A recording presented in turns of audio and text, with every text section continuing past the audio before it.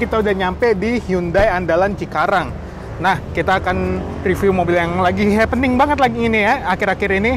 Kayaknya semuanya udah pada tahu sih mobil apa ini ya. Mending kita langsung ke dalam aja buat lihat mobilnya. Ini dia Hyundai Stargazer. Ya udah hype banget lah ya akhir-akhir ini. Dan pertama kita lihat kuncinya dulu aja. Kuncinya begini nih. Nah, kuncinya full tuh, tidak ada yang disunat. Kalau pabrik kan ada yang disunat ya kuncinya disunat, gimana yang lain ya. Mending kita lihat langsung aja ke mobilnya. Nah, kalau dari depan yang menarik ini ada light bar Staria, dan di sini cluster utama lampunya, di sini ada lampu sen, lampu utama dan lampu fog lamp. Nah, di sini yang LED cuma lampu utamanya aja, yang lainnya bohlam. Tapi untuk tipe-tipe bawahnya lampu utamanya ada yang bohlam. Namun secara keseluruhan sih ini salah satu yang paling futuristis ya di kelasnya untuk tampilan depannya. Mending kita langsung ke samping. Sampingnya di sini ada velgnya ya, velgnya 16 inci, dan untuk itunya desainnya lumayan kompleks ya. Di sini ada lekuk sudut-sudut banyak gitu, dan ringnya 16. Memang kalau bisa lebih gede lebih bagus sih, tapi untuk segini lah sudah cukup untuk LMPV. Lanjut, di sini ada lampu sen di kaca spionnya. Di sini handle-nya chrome, ada keyless entry-nya. Terus untuk pengeremannya, depan cakram, belakang tromol, standar untuk LMPV. Nah, di belakang yang kerennya juga ini light bar-nya, yang ada yang vertikal, ada yang horizontal, itu nyala ya. Jadi kiri sampai kanan, atas sama bawah itu nyala semua. Cuma memang sayangnya di sini lampunya masih halogen untuk lampu mundur, lampu sen, lampu remnya masih halogen. Sayang aja sih. Sisanya sih udah cukup futuristis ya. Di sini di atas ada headlamp stop lamp yang LED. Untuk kacanya sayangnya cuma ada wiper, belum ada defogger. Dan di bawah di sini ada sensor parkir 3 titik. Juga ada ini tulisannya panjang ya, Stargazer, sama tipenya di ujung. Kita lihat bagasinya cukup luas sebenarnya. Ini untuk posisi semua itu tegak ya. Di sini lumayan dalam dan ya masih muat lah kalau naruh galon kali ya. Terus kalau dilipat tentunya rata lantai, standar lah untuk kelas-kelas LMPV saat ini. Dan di bawah ada storage lagi dan ada moldingan plastiknya, jadi ada bisa sekat-sekatnya gitu. Untuk praktisan lainnya juga ada hanger di kiri kanan, sama ada colokan 12 volt di sebelah kanan. Nah, oke, untuk bagasi dan eksteriornya kurang lebih itu sih. Nanti kita langsung masuk ke dalamnya aja.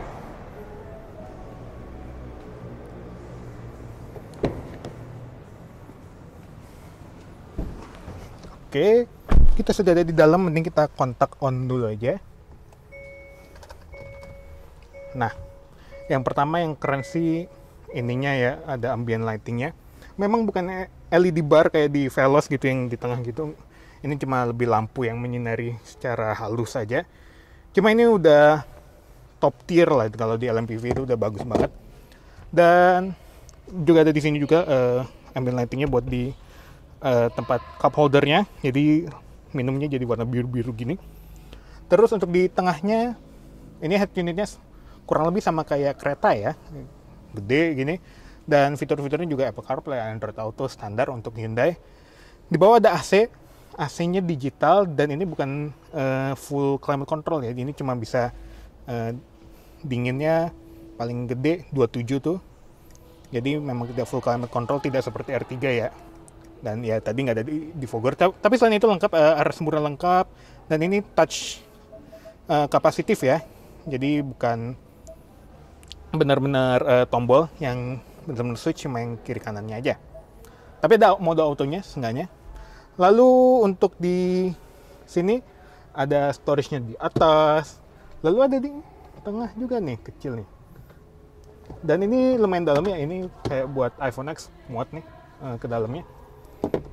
Terus ini ya ada storage, dan di bawahnya ada lagi storage. Ya lumayan lah. Di tengahnya ini ada wireless charging ini bisa buat HP yang tentunya yang support key charging. Ini ada buat drive mode, habis itu ada buat matiin stability control. Tuas transmisinya begini, transmisinya IVT, yaitu CVT-nya Hyundai. Lalu di tengah sini ada tempat storage lagi. Nah, terus kalau di bagian atas sih ini ada map light lah. Lalu di kiri ada ini dengan kaca, tapi yang kanan nggak ada kaca. Setir sama dengan Hyundai lainnya juga palang 2 atau palang 4 ini masuknya. Ya beginilah pokoknya. Dan tombolnya juga lengkap. Sama kayak kereta, ada cruise control, ada audio steering switch, ada buat lane keeping assist, begitu-gitu. Dan lampunya udah auto, lampu depannya udah auto dan ada fog lampnya jelas. Cuma ininya belum auto untuk wipernya. Tapi ya untuk ada pengaturan intermittent-nya, jadi udah cukup. Ini day night view tapi masih manual, dan ini ada sensor buat smart sense-nya. Jadi udah ada auto braking, lane keeping assist, lane departure warning, ya yang standar lah, sama seperti kereta. Ini juga pengaturannya tilt dan telescopic, dan teleskopiknya lumayan jauh ya. Dan joknya juga recline, ada height adjuster juga, bisa sliding jelas. Dan ini posisinya lumayan enak. Ini posisi saya mengemudi dan ya cukup ergonomis. Memang storage-nya juga di sini ada lagi, dan di bawah juga ada 3 cup holder bisa. Untuk kacanya lumayan gede, dan ada tweeter 2, jadi total speakernya 6. Untuk airbagnya juga 6, sama ada depan 2, side airbag 2 sama curtain airbag 2. Nah, dan oh ya satu lagi, ini juga kalian kalau mau nyoba ini harus coba ini. Kayaknya salah satu headline yang paling premium di LMPV ini. Halus banget. Kayaknya kalau ini bisa dipegang-pegang terus, enak ini dipegang-pegang terus. Cuma ya kotor nanti, soalnya warnanya begini. Terus paling itu aja sih di depan. Memang ini agak mengganggu ya, ini bagian sininya mengganggu. Harusnya dibikin gloss black atau apa gitu ya. Cuma ya mau bagaimana, mungkin dibikin senada biar kayak One Piece. Cuma tidak bisa sama mereka, begini jadinya. Sayang aja sih, padahal selain itu udah bagus sih. Mending kita lanjut ke belakang aja. Kita turn off dulu ini. Oh ya, satu lagi, ini juga dia cuma TFT kecil di tengah aja, 4 incian, tapi kiri kanannya ada layar kalkulator gitu ya. Jadi sebenarnya nggak terlalu wah untuk speedometernya. Bagusan punya Veloz.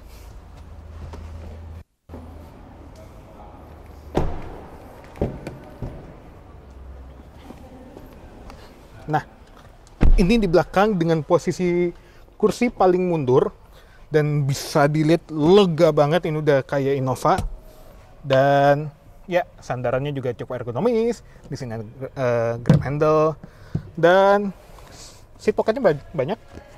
Ini ada 1, 2, 3. Di sini ada 1, tapi di sini ada mejanya. Ini jadi LMPV pertama yang ada mejanya. Cuma ya nuruninnya begini.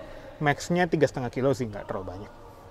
Di sini ada buat charger 2, sini juga ada tempat simpan lagi, dan di sini modelnya mirip expander ya, mirip Avanza, dia one piece gini. Sayang nggak ada sandaran kepalanya di sini ya, jadinya sayang aja, kurang jadinya di sininya. Double blowernya juga ya bentuknya biasa sih, begini aja. Walaupun nggak seaneh punya Avanza, itu aneh banget, double blowernya aneh. Dan ini cup holder di atas sini ya cukup lah buat kayak yang 600 mili gini. Cuma jadinya kayak agak kegedean diameternya. Nah, itu dia. Dan di bawahnya ada 3 lagi, jadi sebenarnya banyak. Untuk cup holder tidak perlu khawatir di mobil ini. Cuma memang di sini luas banget. Habis itu di tengah juga masih oke, tapi seatbeltnya cuma 2 titik yang buat di tengah. Sayang sih, harusnya udah 3 titik, itu udah standar lah sekarang lah. Mending kita coba belakangnya, soalnya itu yang lumayan mengejutkan ya bagi kami. One touch tumble standar. Dan yang di tengah juga ada Isofix, tadi lupa mention. Nah, kita coba.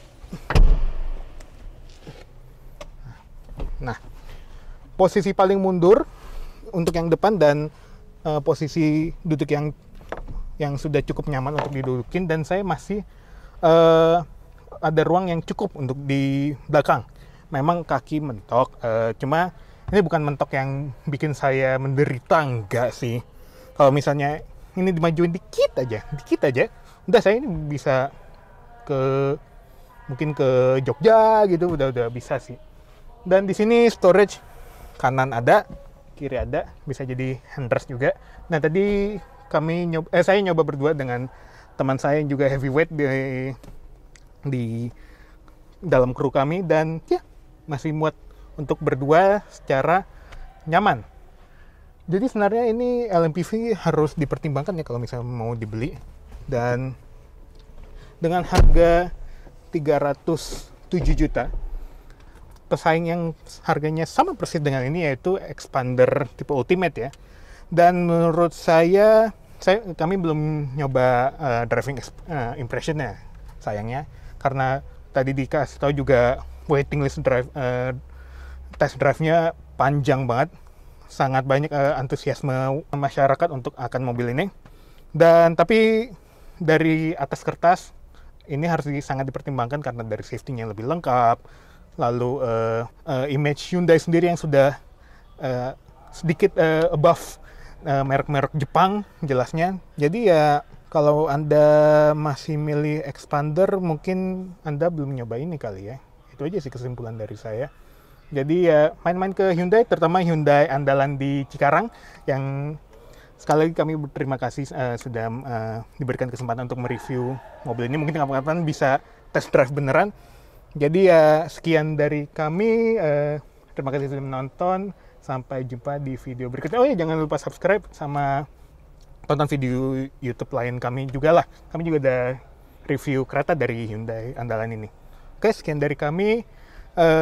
Oh ya, untuk kompetitornya kami juga review kok. Jadi kami tidak bias dengan salah satu merek di sini. Oke, sekian dari kami. Sampai jumpa di video berikutnya. Sampai jumpa.